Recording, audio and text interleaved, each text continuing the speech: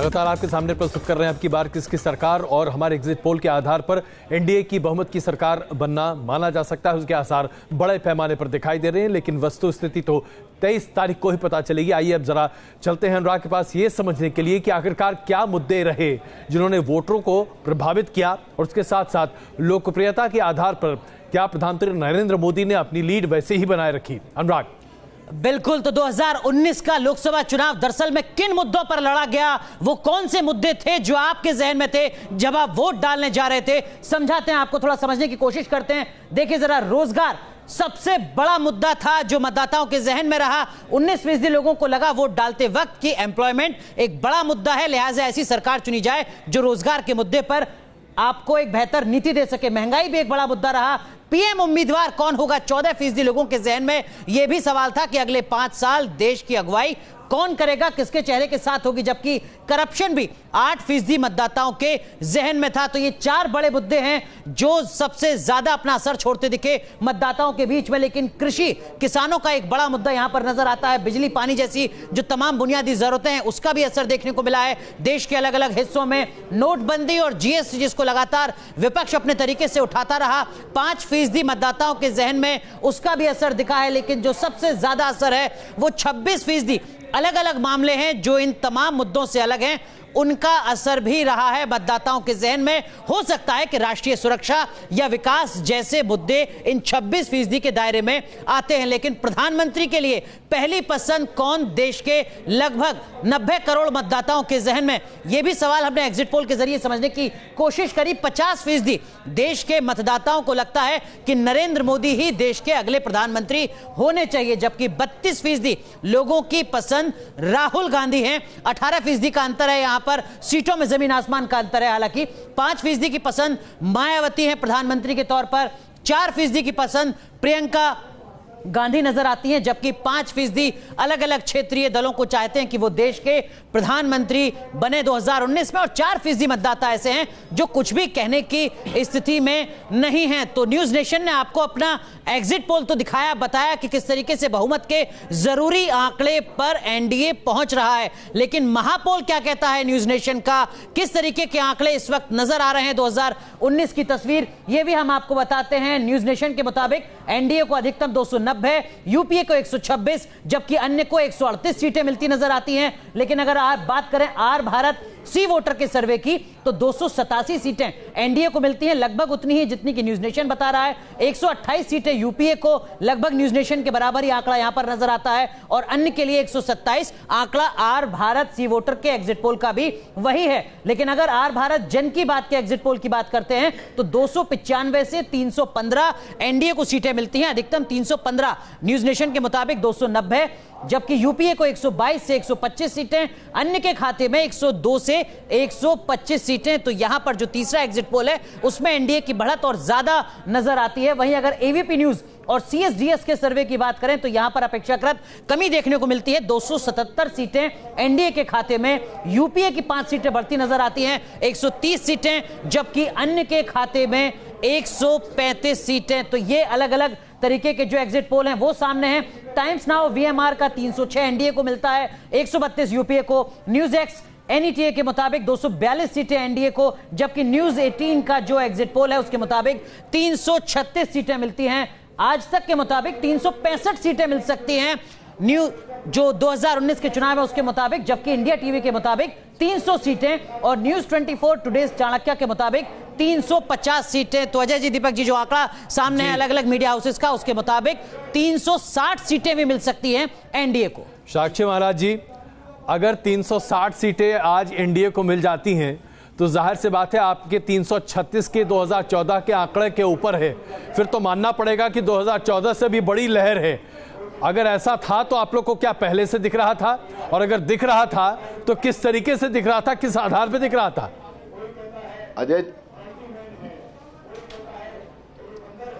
अजय जी, मैंने शुरुआत से मैं बात कहता रहा हूं कि 2014 में मोदी के नाम की लहर थी, लेकिन 2019 में मोदी के नाम की सुनामी आ गई है और उस सुनामी के आगे कहीं कोई टिकने वाला नहीं है। उसके 3 कारण थे।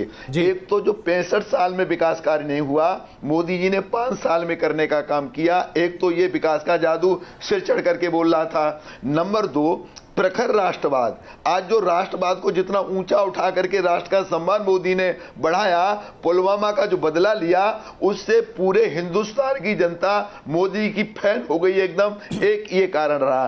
तीसरा, जब से देश आजाद हुआ तब से इस देश में सरकारें तुष्टीकरण के आधार पर बनती रही, बिगड़ती रही। मोदी जी ने कहा कि न्याय हम सबको देंगे, हम तुष्टीकरण किसी का नहीं करेंगे। मुझे लगता है इन 3-4 बातों को लेके और जो आपके चैनल पर अभी विश्लेषण किया गया था विकास के कार्यों को लेके, वो सारे के सारे कार्य सबका विकास सबका साथ इसी में आ जाता है। मैं एक एग्जाम्पल दूं, केवल आपको एक एग्जाम्पल, कि 65 साल में हिंदुस्तान में 12.5 करोड़ गैस के कनेक्शन थे और 5 साल में मोदी जी ने 13 करोड़ गैस के कनेक्शन और दे दिए। इसका मतलब जो 65 साल में काम नहीं हुआ, मोदी जी ने 5 साल में करने का काम किया।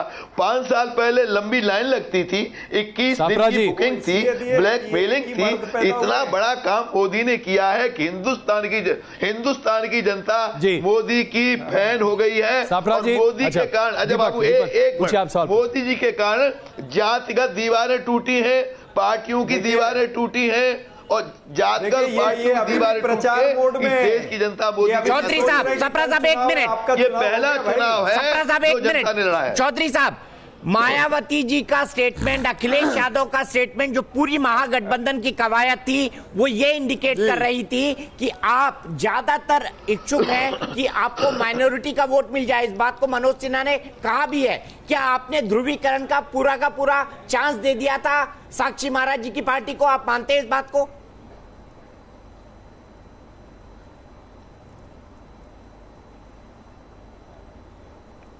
साक्षी महाराज जो बोल रहे हैं बिल्कुल गप बोल रहे हैं। कौन विकास हुआ जरा आप ही बता दीजिए। उत्तर प्रदेश में कौन विकास हुआ? गैस का कनेक्शन विकास है? विकास माने सड़क, पुल, बिजली, हॉस्पिटल, मेडिकल कॉलेज, ये विकास होता है। ये विकास का मतलब है। 5 साल में केंद्र की सरकार ने उत्तर प्रदेश में एक भी सड़क बना दी हो, एक भी मेडिकल कॉलेज बनाया हो, एक भी पुल बनाया हो, कोई भी काम किया हो तो बता दीजिए। रोड है भाई, सुनिए आप बताते हैं। यहाँ पर चुनाव जो हुआ है, बेरोजगारी की 24 घंटे आ रही है, किसानों के बिना बिजली के 70 साल की आजादी के बाद भी अगर आप विकास को सड़क, पुल और बिजली में जोड़ते हैं तो मेरी देन है। अफसोस है कि आप विकास की परिभाषा को उत्तर प्रदेश कर रहे हैं। चौधरी जी, मैं बहुत विनम्रता से पूछ रहा हूं आपसे, क्या विकास आज भी 70 साल की आजादी के बाद सड़क है? आज विकास बिजली है? ये बुनियादी सुविधाएं हैं जो हर हिंदुस्तानी को आज से 20-25 साल पहले मिलनी चाहिए थी। आज भी 70 साल के बाद हम इसके लिए गुहार लगाएं राजनेताओं के सामने? लेकिन हकीकत यह है कि तो नहीं मिली तो हम लोग दिए हैं ना 5 साल में। बताइए, इस देश में शौचालय बनाने की आवश्यकता पड़ रही है और उसके बाद इस देश में विकास की बात करते हैं। उत्तर प्रदेश में हमने काम किया है, सारा काम किया है। खैर चलिए, आइए, विकास की बात किसने की है? ये विकास के पैमाने नहीं हो सकते। शौचालय कांग्रेस के जमाने से विकास का मतलब होता है ह्यूमन क्वालिटी इंडेक्स। आवाज जो है कांग्रेस ये शब्द शायद आपको समझ में नहीं आएगा क्योंकि आधे से ज्यादा राजनेताओं को इस शब्द का मतलब भी नहीं पता होता है। कौन सा काम किया है भारतीय जनता पार्टी की सरकार ने? मैं नहीं कह रहा किसने क्या काम किया है। चरण सिंह सप्रा जी काम बता दिए जो भारतीय जनता पार्टी। चौधरी साहब एक मिनट। चरण सिंह सप्रा जी, मेरा सीधा सवाल, जैसे ही चुनाव को आपने मोदी वर्सेस राहुल बनाने की कोशिश की, आपकी सीटें कम होना शुरू हो गई। क्या आपको लगता है कि आपकी कैंपेनिंग में एक बहुत बड़ी एरर थी?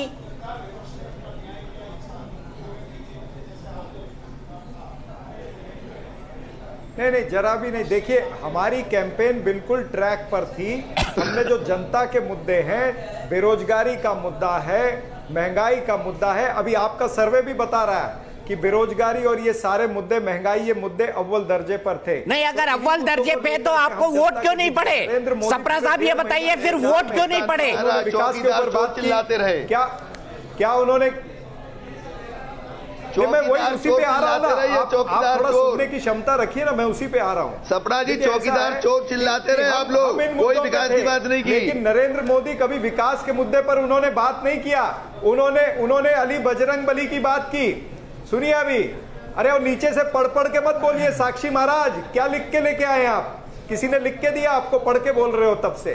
सुनिए, नहीं, पढ़ के नहीं बोल रहे हैं, पढ़ के नहीं बोल रहे हैं हम। आपके पास तो चौकीदार चोर है, मोदी को हटाओ, चौकीदार चोर है, मोदी को हटाओ। सारी जनता का मूड तो आपने खराब किया, सारी जनता को मोदी के साथ आपने खड़ा कर दिया। आप चौकीदार को चोर कहने लगे। एक ही मर्द है आपके लिए, एक ही। अच्छा, आइए जरा बहस को फिर आगे लेकर चलते हैं। इनके साथ दुकान चलाइए, इनके सिंह साहब, चिंता मत करिए। अरे जिस तरह से अगर ये जो अभी जो आंकड़े सामने आ रहे हैं एग्जिट पोल के आधार पर, अगर यही नतीजों में तब्दील हो जाते हैं, तो क्या ये माना जाए कि भारतीय जनता पार्टी ने बहुत अच्छे तरीके से देश के ध्यान को न सिर्फ आर्थिक मुद्दों से हटाकर देश के स्वाभिमान से जोड़ दिया, बल्कि पूरे देश में एक नई चेतना को सामने रखा कि सबसे पहले देश का सम्मान, पाकिस्तान का सफाया, अल्पसंख्यक का कोई मायने नहीं, ये तमाम चीजें एक नई परिधि, एक नई राजनीति को जन्म देंगे?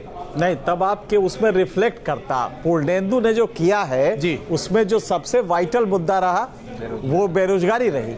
आप जरा गौर कीजिए, पैराडॉक्स कहां है?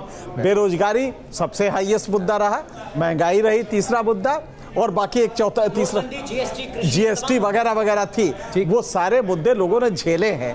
लेकिन अगला जो इनका पैराडॉक्स था पूर्णेंदु का, मैं बल्कि सवाल भी करना चाहता हूं और उसका एक्सप्लेनेशन भी दूंगा। फिर क्यों 50% की पसंद मोदी थे जी? इसका मतलब कि अपोजिशन वो स्पेस जो क्रिएट होता, इसकी वजह से वो अगर खड़ा करके लेता और अपना एक क्रेडिबल लीडर देता, तो शायद ये 50%, बाकी 50% किसी राहुल गांधी को, किसी मायावती को, किसी को मिलता। अब यहां पे विकल्प नहीं था, चूंकि तो रोजगार मुद्दा था, बेरोजगारी एक बड़ा मुद्दा था। लेकिन जब वो वोट डालने गया तो उसने देखा कि भाई तो किसको डाल दे, और तब उसने फिर सिंह साहब, लेकिन मेरा एक छोटा सा सवाल है मनोज जी, एक महत्वपूर्ण बात यहां पर राहुल गांधी की कैंपेन की। आप पिछले राफेल का जब से इंसिडेंट हुआ तब से वो एक ही नारा लगवा रहे हैं पब्लिक से, चौकीदार चोर है। क्या वो इनकी एक जजमेंट ऑफ एरर था कि उन्होंने गलत मुद्दे को चुना, गलत तरीके से चुना और गलत तरीके से उठाया? क्योंकि भ्रष्टाचार पे अगर मोदी पर आरोप लगे तो शायद देश की जनता को ये हजम ना हो कि मोदी ने 30,000 करोड़ रुपए इधर के उधर कर दिए। क्या आपको लगता है राहुल की ये गलती थी? मेरे ख्याल से कांग्रेस की जो स्ट्रेटेजी थी बिल्कुल ही गलत थी। अगर करप्शन को वो इशू बनाते तो आपको ध्यान होगा कि लोगों के ध्यान में सबसे पहले आता 2G स्पेक्ट्रम स्कैम, कोल स्कैम, ये सारे के सारे स्कैम मिला मुलू के 10 लाख करोड़ के थे सारे। तो आज की डेट में तो उन्होंने जो चौकीदार चोर है उससे क्या हुआ कि जो मुख्य जो मुद्दे थे, बेरोजगारी हमने बताया कि लोगों के ध्यान में था, पर मेरे को समझ नहीं आता, उसका भी एक्सप्लेनेशन है। तो ये सारे के सारे मुद्दे अगर वो सामने लेकर आते, कहते कि भाई मोदी के आने के बाद आपकी आर्थिक हालत और ज्यादा खराब हुई है, नौकरियां आपको मिली नहीं है, किसानों की हालत खराब है, अगर पहले इसी पे फोकस करते तो हो सकता है कि मतलब इसमें मुद्दा बनाने का पोटेंशियल था। हाँ, मुद्दा बनाने का पोटेंशियल था, कर नहीं पाए विपक्ष इसमें। लेकिन अगर आकलन करें, मैं आप दोनों के सामने रख रहा हूं, अगर आकलन करें आप राहुल गांधी के आमतौर पर चुनावी सभाओं का, तो उनके भाषण का तकरीबन 30% हिस्सा या 35% हिस्सा आमतौर पर इन मुद्दों पर ही केंद्रित रहा है। क्या वो ये मुद्दे जनता तक पहुंचा नहीं पाए क्योंकि भाषण में है? हाँ, नहीं, गलत तरीके से एम्फेसिस रखा उन्होंने। हाँ, मेरा देखो अजय, ऐसा है कि राफेल उन्होंने 6 महीने पहले से उठाना शुरू कर दिया था। ठीक है, चौकीदार चोर बोलना शुरू कर दिया। जब उन्होंने नारा लगाया चौकीदार, बच्चों ने बोला चोर है, तो बाकी सब चीजें साइड में हो गई। चौकीदार चोर है वही मेन चीज रह गई, बाकी सारी की सारी चीजें साइड में हो गई। और बेरोजगारी एक बड़ा इशू होने के बाद भी लोगों ने मोदी को क्यों वोट दिया? मेरे ख्याल से, मेरा मानना यह है कि बेरोजगारी के मामले में बाकी जो सरकारें हैं, चाहे वो कांग्रेस की सरकार हो, चाहे वो समाजवादी पार्टी बीएसपी की सरकार हो, उनका भी ट्रैक रिकॉर्ड उतना ही गंदा है। तो इसीलिए कोई कॉन्फिडेंस बाकी लोग जगा नहीं पाते। टीना फैक्टर है, लोगों ने मोदी को वोट दिया। राष्ट्रीय सुरक्षा यहाँ पर कहाँ है, आतंक के खिलाफ लड़ाई कहाँ, एक मुद्दे के तौर पर वो जो 26% अन्य थे, क्या उसमें राष्ट्रीय सुरक्षा एक बड़ा मुद्दा था? देखिए, हमने एक जो मुद्दों के में जो हमने विकल्प दिए थे मतदाताओं के सामने, तो एक हमारा वो था, एक ऑप्शन उसमें था कि पाकिस्तान को मुंह तोड़ जवाब। तो लगभग 6% से, जहां तक मुझे याद आ रहा है, 6% लोगों ने पाकिस्तान को मुंह तोड़ जवाब का ऑप्शन रखा। देखिए, एक चीज मैं यहाँ पे एक और बोलना चाहूंगा कि जब हम किसी मतदाता के पास जाते हैं और उनसे हम कहते हैं कि चुनाव के में आपका सबसे बड़ा मुद्दा क्या है, तो आप पाएंगे सामान्यतः वो बेरोजगारी और महंगाई की बात करता है। लेकिन जब हम दूसरी तरफ आते हैं तो वो चुनाव में जाति के नाम पे वोट पड़ते हैं, धर्म के नाम पे वोट पड़ते हैं। अमित शाह ने अपनी तमाम रैलियों में खुलेआम बोला कि मोदी जी ने बहुत विकास किया है, तमाम 133 योजनाएं हमने लॉन्च की हैं और देश समृद्ध है, खुशहाल है, लेकिन आप वोट दीजिए राष्ट्रीय सुरक्षा के नाम पे। तो एक जो विरोधाभास दिखता है, बहुत डायकोटमी है इसमें। सापरा जी, अब सवाल आपके सामने ये है, मान लीजिए कि जो अभी आप एग्जिट पोल के रुझान देख रहे हैं और यही अगर तब्दील हो जाता है नतीजों में 23 और 24 तारीख को, तो उसके बाद क्या कांग्रेस को इस बात पर विचार करना पड़ेगा कि आपकी पूरी रणनीति फ्लॉड रही है? आपने न्याय की बात की लेकिन वो आपके साथ अन्याय कर गया, आपने बेरोजगारी की बात की लेकिन वो आपको बेरोजगार कर गया, आपने लोगों की मुश्किलों की बात की लेकिन आपकी मुश्किलें बढ़ गई, क्योंकि फिर तो लगेगा कि कांग्रेस की पूरी रणनीति सिरे से ही गलत होगी। ये हाइपोथेटिकल सवाल आज आपको लग सकता है, लेकिन मैं आपसे इसका जवाब चाहूंगा। अगर ऐसा होगा तो क्या होगा?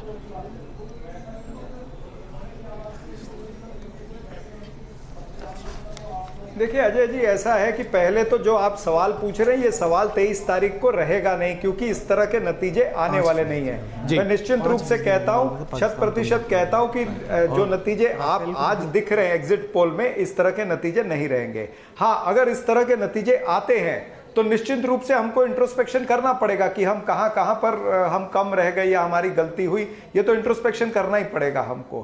तो कहने का तात्पर्य यह है कि ये मैं फिर आपको दोहराता हूं कि 2004 जैसा सीन आपको नजर आएगा, जहां पर दिख रहा है, सभी लोग कह रहे हैं कि भाई नरेंद्र मोदी की सत्ता आएगी, लेकिन वो सत्ता नहीं आने वाली है। ये आप देखिए, ट्रेमेंडस अंडरकरंट हमने खुद देखा है और वो अंडरकरंट आपको 23 तारीख को नजर आएगा। एनके सिंह साहब, यहाँ पे जो सबसे बड़ा सवाल है वो ये है कि अगर इन एग्जिट पोल को हम माने कि एग्जिट पोल सही होने जा रहे हैं और मोटे तौर पर सभी लोग, पोल ऑफ द पोल्स भी यही दिखा रहा है, मेरा सीधा सवाल है, सबसे बड़ा टेक अवे इन इलेक्शंस का आपके हिसाब से क्या होने वाला है?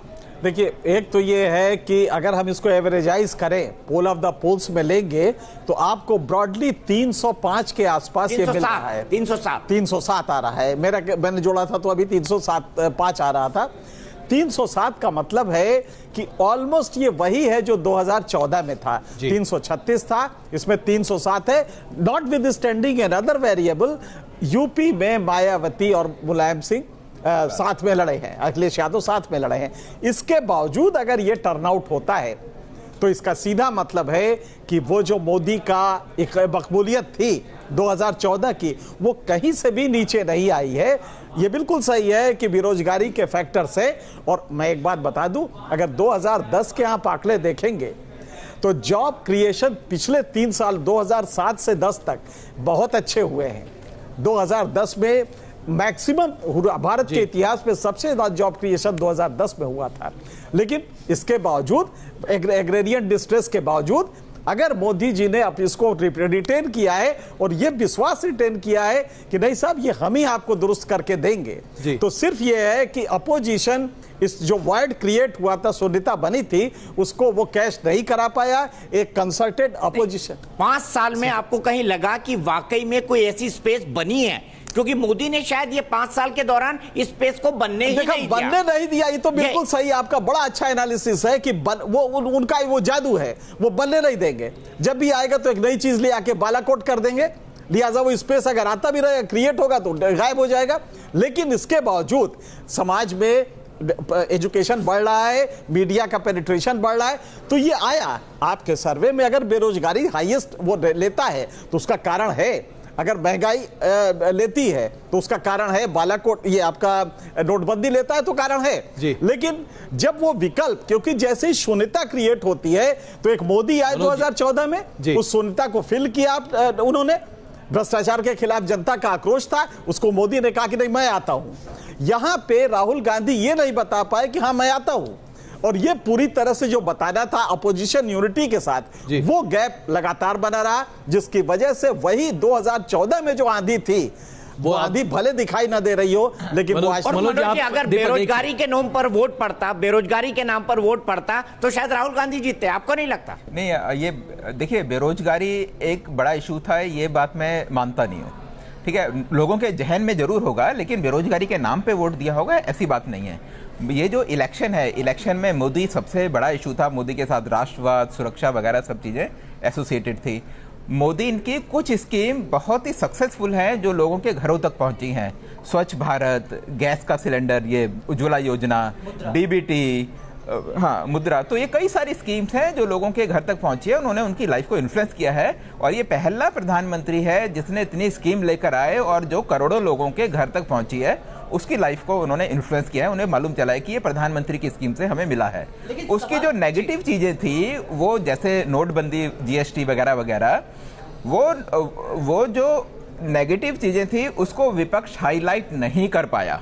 मेरे ख्याल से ये विपक्ष का फेलियर था, तो इस कारण जो आज हमें जो इतना अच्छा जो ये है मार्जिन हमें बीजेपी के फेवर में दिखता है, उसका मेन कारण यही है। लेकिन मैं एक बात कहना चाहता हूं, आपने नोटबंदी की बात की, नोटबंदी का जिक्र किया, नोटबंदी दूसरी तरह से बीजेपी को फायदा दे गया उत्तर प्रदेश के चुनाव में, तब वो एक क्लास डिफरेंस की तरह गया और उस लोअर कास्ट ने जाके, लोअर क्लास ने जाके भारतीय जनता पार्टी को वोट दे दिया, ये कह के कि सेठ भी मेरे घर पे खड़ा हो गया, मेरे पैसे जमा करा लो, तो इसका भी भारतीय जनता पार्टी को फायदा मिला। और जो दूसरी महत्वपूर्ण चीज, शायद अनुराग आप एक सवाल पूछना चाहते थे, मैं इसमें जोड़ना चाहता हूं, वो ये है कि इन तमाम चीजों को साथ साथ मोदी ने 5 साल कैंपेन का जो टेम्पो बनाए रखा, एक चीज आई दूसरी को ले आए, दूसरी चीज आई तीसरी को ले आए, देश में रहते तो देश में और देश से बाहर रहते तो वहां से जो कैंपेन उन्होंने लगातार जारी रखी, और राहुल और अपोजिशन के लोग जो बार बार